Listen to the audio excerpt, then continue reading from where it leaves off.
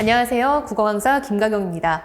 자, 여러분, 이제 수능 끝났고요. 이제 가천대 약술형 논술 시험이 다가오고 있죠. 지금 우리 친구들이 이제 준비를 많이 해왔던 친구들도 있을 거고, 이제 막 준비를 들어간 친구들도 있을 거예요.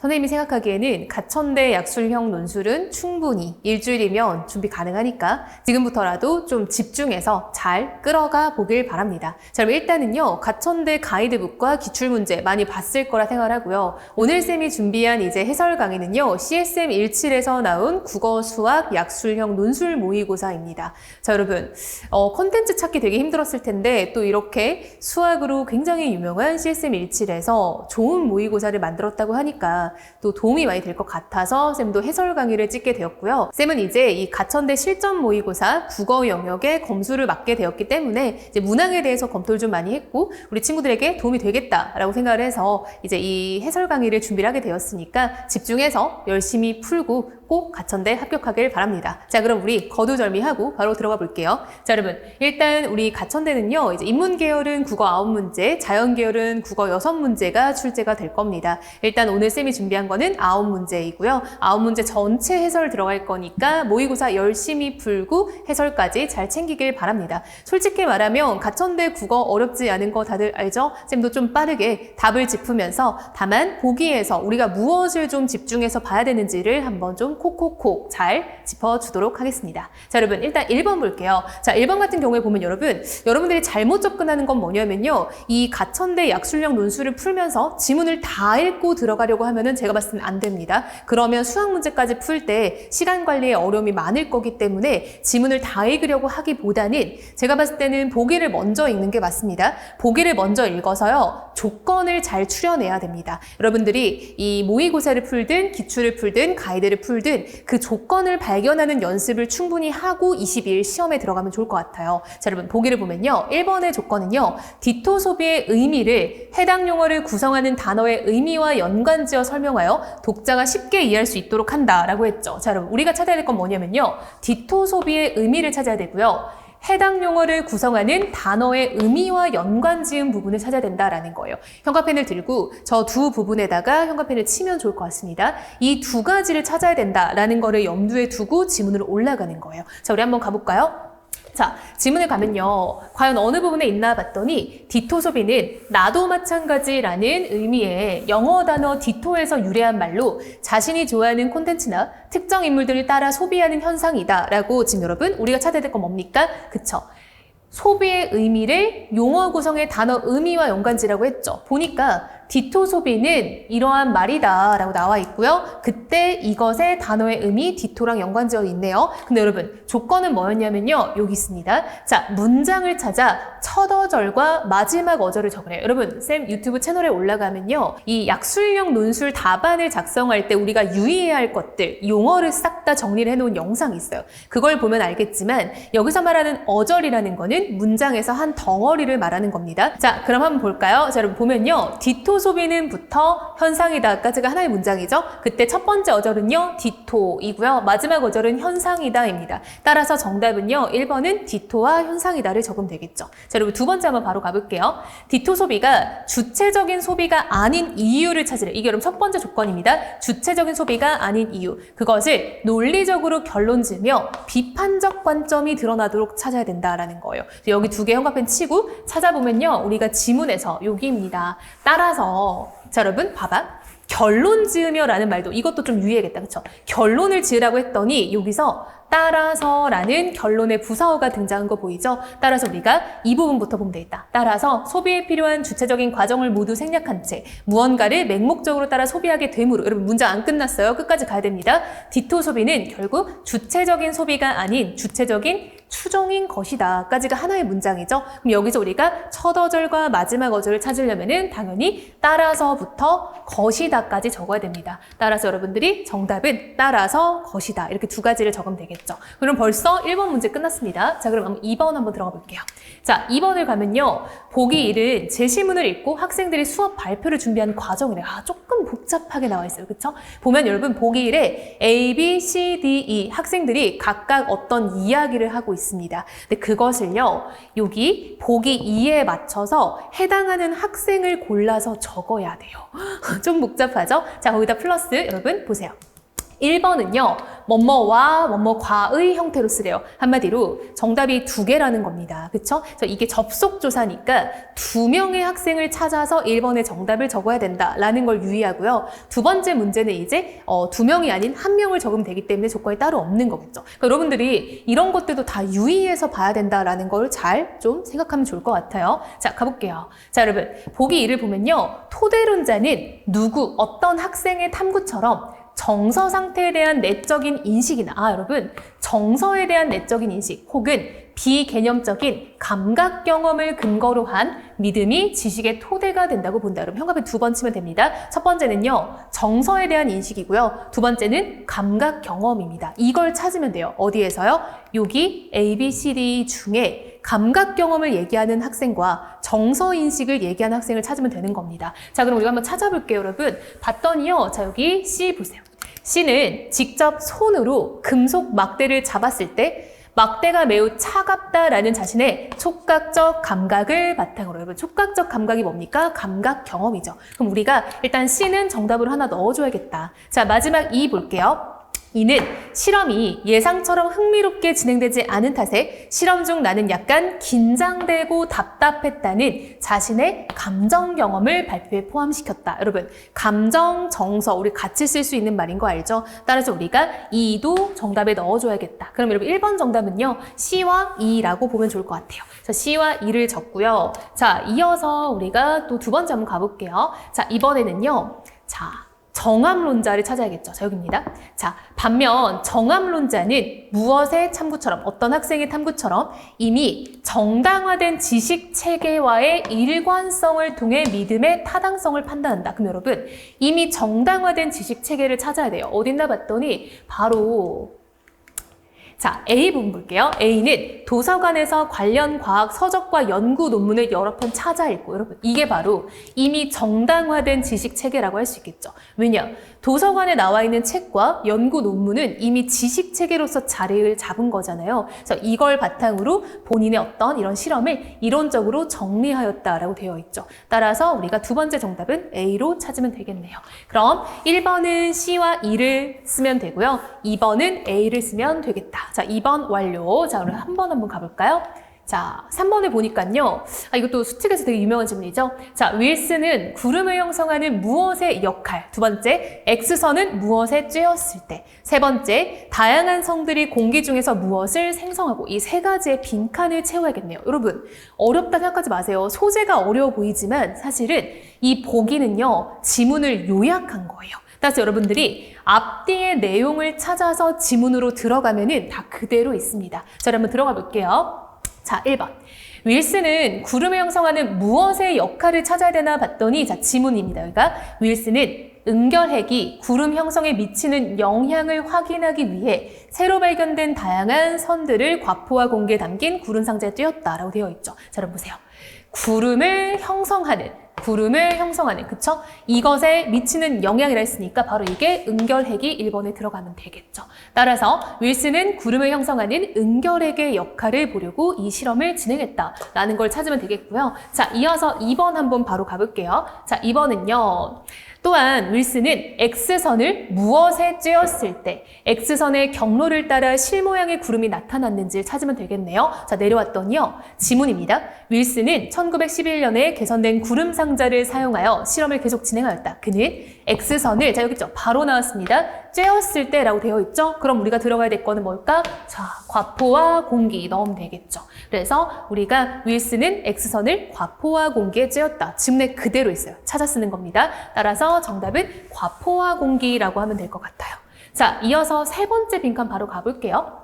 자, 윌슨은 이 실험을 통해 다양한 선들이 공기 중에서 무엇을 생성하는지 찾으면 되겠죠. 자, 볼게요. 이 실험을 통해, 여러분 그냥 똑같이 나와 있죠. 이 실험을 통해 윌슨은 다양한 선들이, 자, 공기 중에서 뭘? 이온을 생성하고, 그럼 여기서 이온이 그대로 들어가면 되겠죠. 여러분 어려워할 거 없이요. 지문을 요약한 버전이 보기니까 그 보기에 빈칸 앞뒤에 있는 말을 통해서 지문에서 찾으면 된다라고 보면 좋을 것 같아요. 그래서 이것도 3번도 벌써 우리가 하나 또 해결을 했네요. 자, 이어서 우리 한번 바로 4번 들어가 볼게요.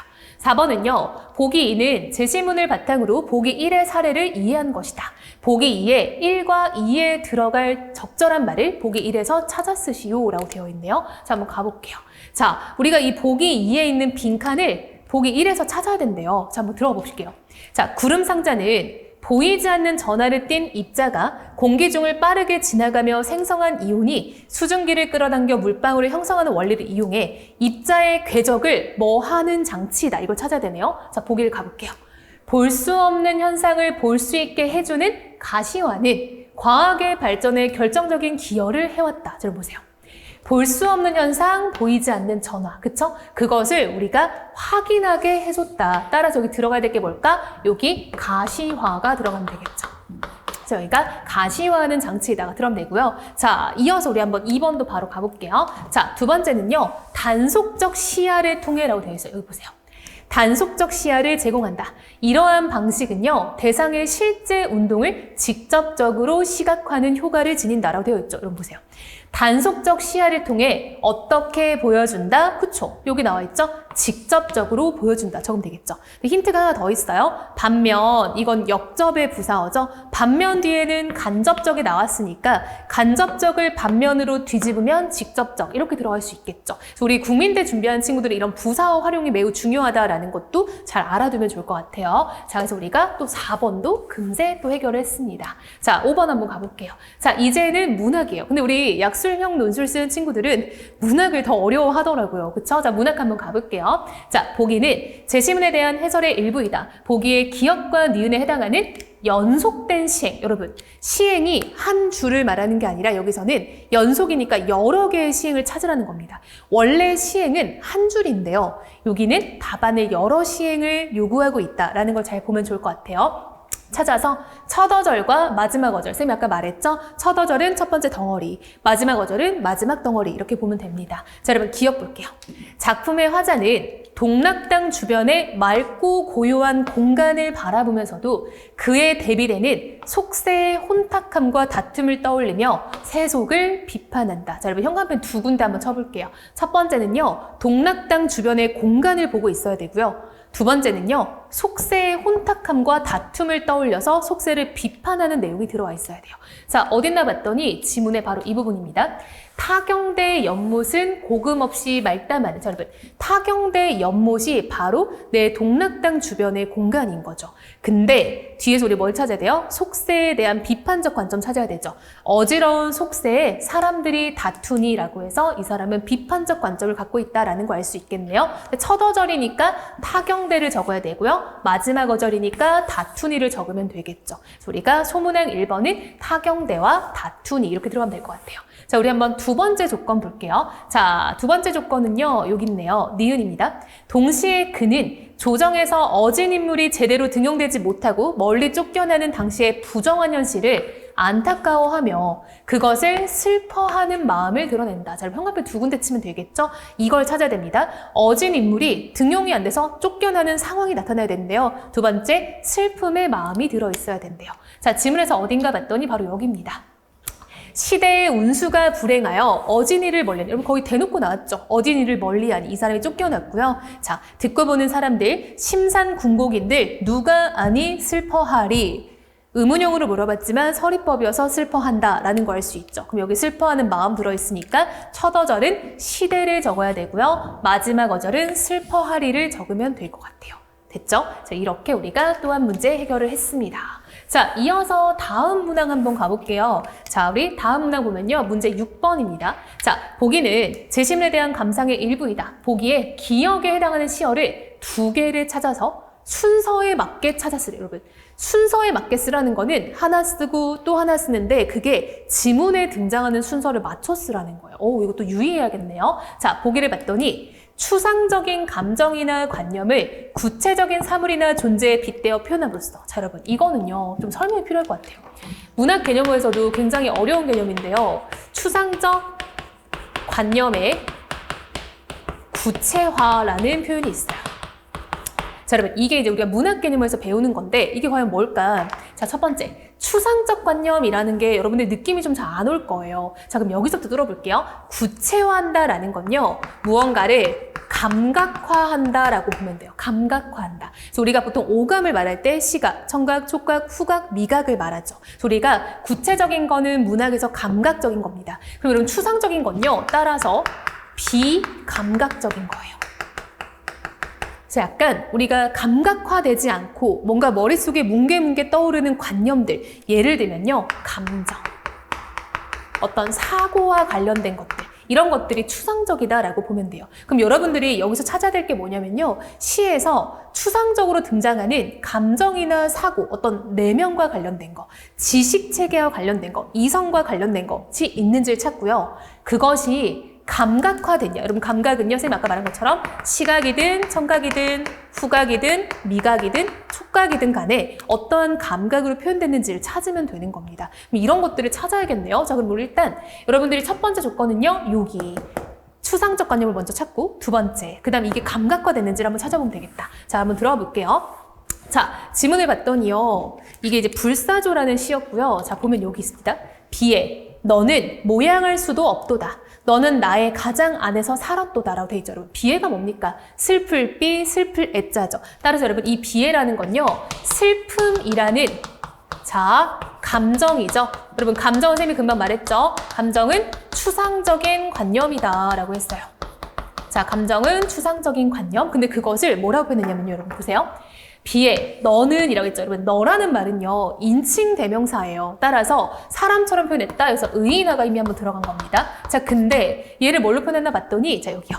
너는 뭡니까? 비에죠, 여전히. 너는 박힌 화살이고요. 날지 않는 새래요. 자, 여러분, 이게 왜 감각화예요? 라고 물어보면 안 되죠? 왜냐, 여러분, 화살이 박혀 있는 거, 새가 날지 않는 거 다 뭘로 확인할 수 있어요? 그렇지. 우리는 시각을 통해 다 확인할 수 있죠. 따라서 얘는 시각으로 표현된다. 감각화되었다. 감각화는 다른 말로 구체화되었다 라고 선생님이 아까 말했죠. 따라서 너라는 비의 추상적인 관념을 시각적으로, 감각적으로 구체화했다. 따라서 정답은 여러분, 박힌 화살, 날지 않는 새, 이렇게 찾으면 될 것 같아요. 근데 여러분, 여기서 우리 친구들이 좀 고민되는 지점이 있을 수 있어요. 쌤이 봐도 뒤에 시에서 몇 가지 답이 더 특정될 수 있을 것 같거든요. 그래서 이거는 해석에 따라 좀 가면 좋을 것 같고, 일단 이 답을 쓴 친구들도 맞고요. 뒤에서 또 다른 이제 비애를 비유하는 말들이 있어요. 그것들도 답안이 될 수 있을 것 같습니다. 그건 좀 유의해서 보세요. 자, 이어서 문제 7번입니다. 7번. 자, 이번에도 이제 또 비문학 지문이 나왔고요. 이 보기를 채워야 되는데요. 얘는 아까 거보다 더 쉬운 것 같아요. 자, 한번 하나씩 가볼게요. 첫 번째, 중앙은행 디지털 화폐는 기존 법정 화폐인 현금과 달리 실물이 존재하지 않지만 중앙은행이 발행하고 가치가 안정적인 무엇으로서 기능한다라고 되어 있죠. 자, 그럼 지문 한번 바로 올라가 볼까요? 중앙은행의 디지털 화폐는 기존 법정 화폐인 현금처럼 중앙은행이 발행하고 가치가 안정적이지만, 여러분 그대로 다 나오네요. 중앙은행이 발행하고 가치가 안정적이다. 자, 여기 있죠? 자, 중앙은행이 발행하고 가치가 안정적이다. 그대로 이어지죠. 실물이 없는 전자화폐이다 라고 되어 있죠. 그럼 여기 1번은 전자화폐로서 기능한다. 근데 여러분 쌤이 봤을 때는요, 여기가요, 전자라는 말이 굳이 없어도 정답이 될 수 있을 것 같기는 해요. 왜냐하면 여기서 꼭 전자라는 말이 아니라 그냥 뭐 여기서 중앙은행이 발행하고 가치가 안정적인 화폐다라고 말해도 답안에는 큰 문제는 없어 보입니다. 그러나 일단 모범 답안은 전자화폐다. 우리 가천대도 생각보다 많은 복수 답안을 좀 인정을 하고 있기 때문에 여러분들이 이런 것들을 좀 유의하면 좋을 것 같아요. 근데 물론 정확히 쓰면 가장 좋습니다. 자, 2번 가볼게요. 민간에서 관리하는 유사한 전자결제 서비스에 비해 이가 높아 국가가 직접 발행하고 관리하는 화폐로서 신뢰성을 확보할 수 있다. 자, 여러분, 민간에서 관리하는 것에 비해서 무엇이 높나 봤더니 여기입니다. 민간에서 관리하는 유사한 서비스에 비해 안정성이 높다. 그대로 들어가면 되겠죠? 따라서 정답은 안정성이라 적으면 될 것 같아요. 자, 이어서 볼게요. 자, 이제 세 번째 빈칸입니다.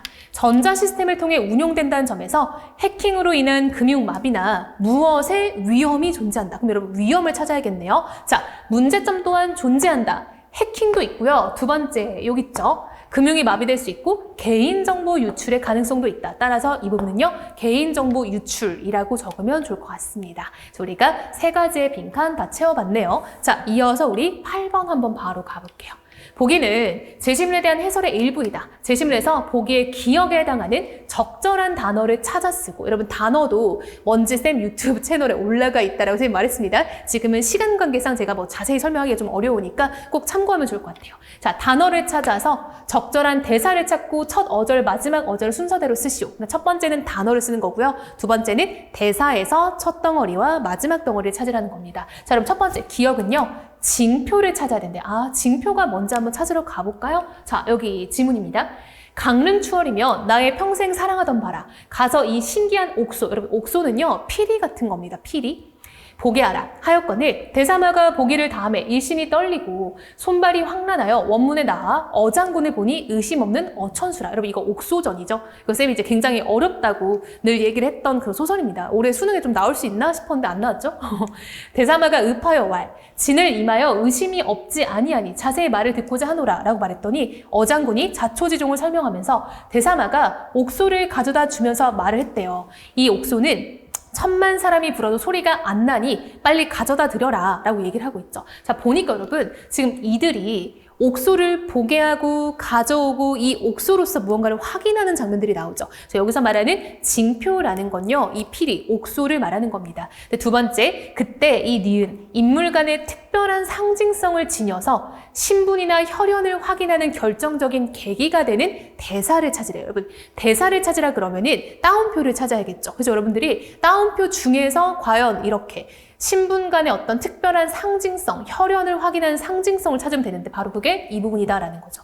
이 옥소는 1000만 사람이 불어도 소리가 안 나는데 이거에 소리를 낼 수 있는 사람이면은 내가 찾는 사람이 맞다. 이런 대사인 거잖아요. 따라서 첫 어절과 마지막 어절을 적으라 했으니까 여기 있는 첫 번째 덩어리 2만 적어야 되고요. 그다음 마지막 덩어리 가져다 드리라를 적으면 정답이 될 것 같습니다. 자, 드디어 마지막 문제입니다. 문법이죠. 우리 친구들이 가장 어려워하는 문법이에요. 자, 문법 보면요. 자, 일단 예시가 뭔가 봤더니 한글 맞춤법 제5항을 참고하면 여러분 5항이야. 현관에 쳐보세요. 5항만 보면 됩니다. 단북과 단북 중 올바른 게 뭘까? 자, 가볼게요. 5항을 봤더니요.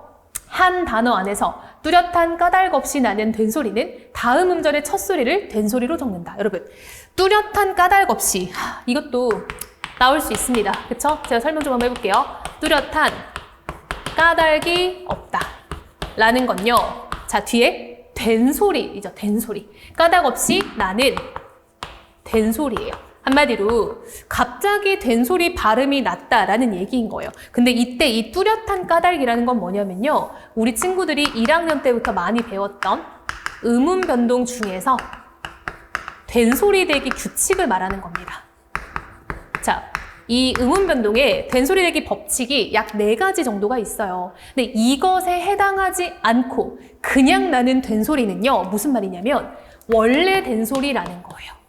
자, 무슨 말이야? 이게 변동 규칙에 의해서 소리가 나는 게 아니라 그냥 된소리 소리가 난다는 거는 원래가 된소리라는 거예요. 그러면 당연히 표기에 반영을 해줘야겠죠. 따라서 여러분들이 이거는 원래 글자 자체가 된소리가 있었던 거구나. 따라서 쓸 때도 된소리를 써줘야 되는구나. 이런 말인 거예요. 자, 그럼 우리 한번 이어서 가볼게요. 다만 기역, 비읍, 받침 뒤에 나는 된소리는 같은 음절이나 비슷한 음절이 겹쳐나는 경우가 아니면 된소리를 적지 아니한다. 무슨 말이냐면요. 기역, 비읍 뒤에서 나는 된소리는 발음상의 된소리인 거예요. 그래서 이거는 된소리 대기 규칙에 의한 된소리이기 때문에 발음만 적용하고 표기는 적용하면 안 된다는 거예요. 그럼 우리 여러분 보세요. 단북과 단북은요. 기역, 비읍, 받침이 아니죠. 그럼 얘는 원래 된소리구나 라고 해서 여기서 단북을 적어줘야 된다라는 거예요. 단북. 그래서 단북이 아니라 단북을 적어주면 된다. 자, 두 번째. 한글 맞춤법 제25항 및 25항 부침을 참고하면 반드시와 반듯이 중 꼭이라는 의미의 올바른 표기. 여러분 여기서 힌트가 이미 나왔어요. 꼭이라는 의미는요. 반드시예요? 반드이예요? 그렇지. 반드시죠. 근데 우리가 한번 조항도 확인해 볼게요. 25항을 보면요. 하다가 붙는 어근에 히나 이가 붙어서 부사가 되거나 부사에 이가 붙어서 뜻을 더하는 경우에는 그 어근이나 부사의 원형을 밝혀 적는다. 근데 이 하다가 붙지 않는 경우에는 소리대로 적는다. 그럼 여러분 이겁니다. 우리가 꼭이라는 의미의 반드시라는 말이 반듯하다에서 나온 말이에요? 아니에요?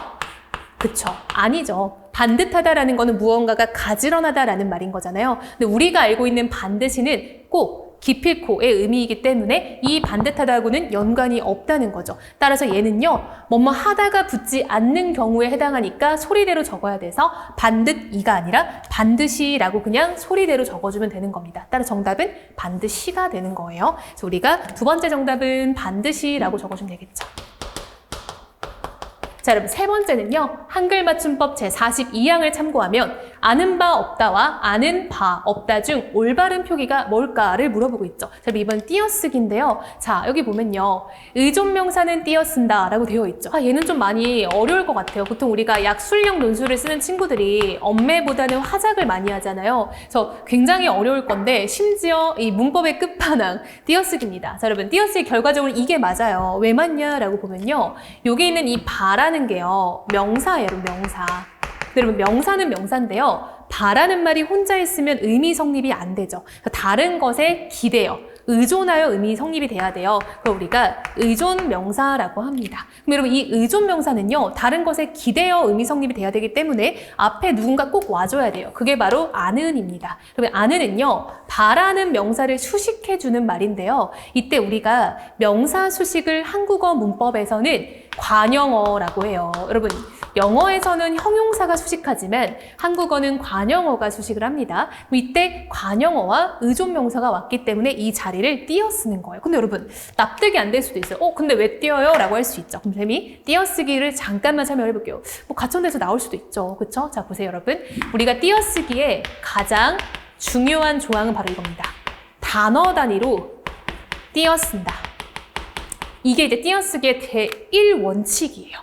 단어 단위로 띄어쓴다라는 건요. 단어가 바뀔 때마다 띄면 된다는 말이에요. 근데 이 말이 뭘까? 일단 여러분 단어라는 건요. 우리가 단어를 나눠놓은 갈래가 품사예요. 따라서 하나의 품사는 하나의 단어인 거거든요. 쉽게 말하면요. 품사가 바뀔 때마다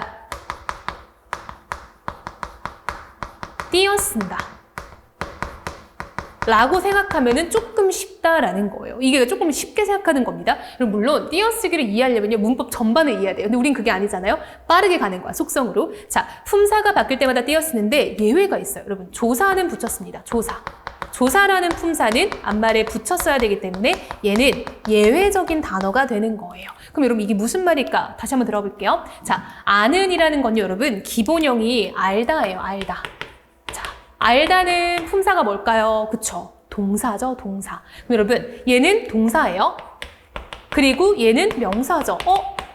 품사가 바뀌었죠? 품사가 바뀌면 어떻게 한다? 띄어쓴다. 이렇게 생각하면 되는 거예요. 여기도 봐봐. 없다. 없다는 품사 뭘까요? 그렇지. 형용사입니다. 형용사.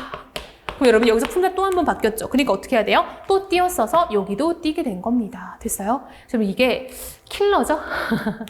엄청난 킬러입니다. 그렇죠 여러분? 원래 띄어쓰기가 어렵고요. 우리 친구들이 아마 1학년 1학기 혹은 2학기에 한글 맞춤법 조항을 통과하면서 문법을 포기한 친구들이 분명 있을 거예요. 그래서 저도 어려울 거라 예상은 합니다. 다만 여러분들이 가천대의 문법을 내가 엄매를 안 했다고 해서 한 문제를 던지면 합격의 가능성이 너무 많이 떨어지기 때문에 던지지 않았으면 좋겠고요. 남은 일주일 동안 기출 풀고 실전 모의고사 풀면서 내가 최대한 습득할 수 있는 정보들을 습득해서 문법을 정리하면 좋을 것 같아요. 자, 여러분 이렇게 해서 쌤과 CSM17에서 나오는 가천대 파이널 실전 모의고사 1회 같이 풀어봤는데요. 아무래도 쌤도 이걸 조금 여러분들이 빠르게 잘 볼 수 있게끔 좀 이렇게 속성으로 설명을 좀 했어요. 사실 여러분 약술형 논술은요, 막 지문을 다 이해하고 이걸 분석하고 막 읽는 그런 작업이 아니에요. 그래서 여러분들도 답안을 어떻게 캐치해야 되는지를 쌤하고 좀 빠르게 좀 맞춰보면 좋을 것 같고요. 쌤이 오늘 강조하는 거 여러분 잘 보세요. 첫 번째, 지문을 다 읽으려고 하지 말고 보기를 봐서 조건을 찾아내라 라는 게 되게 중요합니다. 그래서 여러분들이 시험장에서도요,